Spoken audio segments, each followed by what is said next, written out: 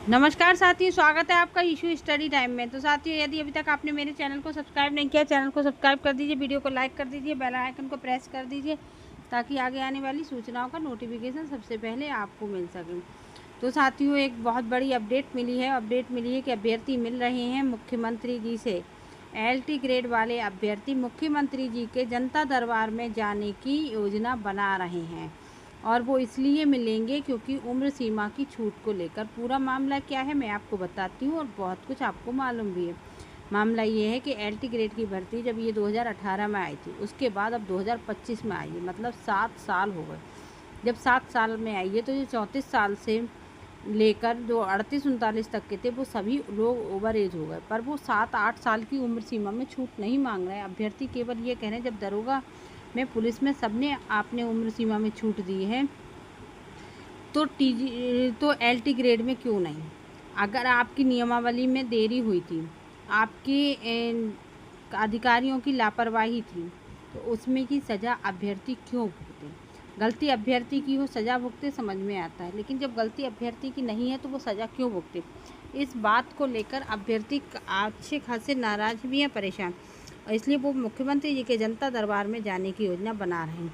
मैंने जहाँ तक सुना है वहाँ तक मुख्यमंत्री जी के जनता दरबार में कोई भी निराश होकर नहीं लौटता है। तो उम्मीद है कि ये LT ग्रेड वाले अभ्यर्थी भी निराश होकर नहीं लौटेंगे। वैसे उनकी बात गलत नहीं है, जब गलती उनकी नहीं है तो उन्हें सज़ा क्यों मिले। आपको हर साल वैकेंसी देनी चाहिए। हम नहीं कह रहे 10,000 दीजिए, 50,000 दीजिए, 1,00,000 दीजिए, आप 5,000 दीजिए, आप 1,000 दीजिए, लेकिन हर साल दीजिए। कम से कम व्यक्ति अगर एक बार वो सेलेक्ट नहीं होता तो डिप्रेशन में ना जाए और वो मेहनत करे, उसको ये लगे कोई बात नहीं, एक बार नहीं हुआ तो अगले साल फिर हो जाएगा।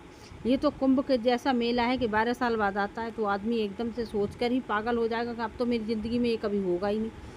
तो इस चीज़ को सरकार, चाहे कोई भी हो, लेकिन TGT PGT को नियमित रूप से कोई भी सरकार नहीं करा पाई। किसी भी सरकार ने हर साल TGT PGT की परीक्षा नहीं कराई, ये गलत है। कम से कम उन अभ्यर्थियों के साथ भी सोचा जाए। सब पता नहीं क्यों शिक्षक भर्ती को लेकर सरकार का ये इतना नीरस रवैया रहता है, किसी भी उसमें ऐसा नहीं होता कि इतने साल तक वैकेंसी ना है, और केवल यूपी में है, और वो भी शिक्षक भर्ती को लेकर। बाकी भर्तियाँ आती रहती हैं समय समय पर, और ऐसा नहीं होता है। हाँ, 1-2 साल किसी में गैप हो गया तो हो गया, लेकिन शिक्षक भर्ती का तो 5 साल बिल्कुल कुंभ की तरह मेला हो गया है। जो आया आया, नहीं आया तो नहीं आया। कुंभ के मेले की भी कम से कम आदमी को गारंटी होती है वो आएगा, और उसमें उम्र सीमा नहीं है। यहाँ तो उम्र सीमा भी है और आता भी 12 साल बाद में। 2022 की भर्ती ले लो, अभी तक 25 पूरी जा रही है। 25 के लास्ट में इन्होंने एग्ज़ाम डेट रख दी। अब करा ले जाएं, वही बात है। अगर इनकी परीक्षा हो गई तो फिर रिजल्ट तो आपका, आप खुद ही समझ लीजिए कि 26 में आने वाला है। तो 4 साल लग गए एक भर्ती को इन्हें पूरा कराने में, वो भी समय से करा ले तो, और वो भी चुनावी साल है तो। लेकिन मुख्यमंत्री जी अगर इस बात को सुने समझें तो चुनावी साल है तो LT ग्रेड के अभ्यर्थियों के साथ अन्याय क्यों, उनके साथ भी न्याय हो।